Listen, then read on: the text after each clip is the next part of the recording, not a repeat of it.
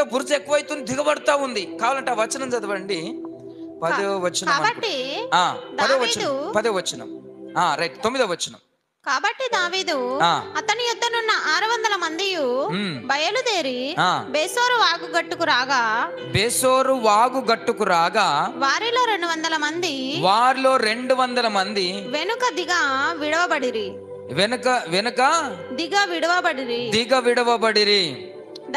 దావీదును ఆ, 400 మందియును ఆ, ఇంకా తరుముచు పోయిరు గాని ఆ, ఆ 200 మంది ఆ, అలసట పడి ఆ, బేసోరు వాగు దాటలేకపోయిరి. బేసోరు వాగు దాటలేక ఆగిరి. పోయిరి.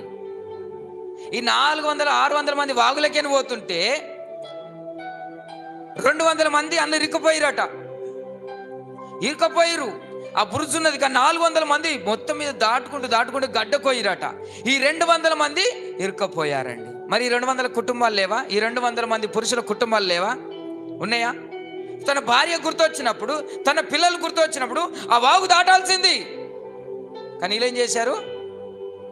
అమ్మ మస్తు దాంట్లో నేను నడవలే, నీ వాగు దాటుకుని నాతో అయితలేదు రవి, అది వస్తే రానిపోతే మళ్ళీ చేద్దాం, ఏం చేస్తాం, దానికి ఏదో చేద్దామని పోయినా కానీ నాతో అయితలేదు అని మధ్యన పోయి ఆగిపోయారు 200 మంది. కానీ నా భార్య నాకు కావాలి, నా పిల్లలు నాకు కావాలి, నా సంసారం నాకు కావాలి, నేను నిలబడాలి అనుకున్న ప్రతి పురుషుడు అదే వాగును దాటుకుంటూ 400 మంది గడ్డకెక్కారు. హల్లెలూయా, హల్లెలూయా.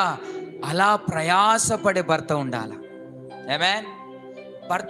భార్య కోసం, పిల్లల కోసం ఏంటండి, ఎన్ని కిలోమీటర్ల దూరం ఉందో వాగు తెలీదు, అలా ఎంత బుర్చుందో తెలీదు. కానీ అంత పెద్ద వాగు దాటుకుంటూ పోయిరంటే తన కుటుంబాన్ని ప్రేమించిన భర్త కాబట్టి పోయాడు.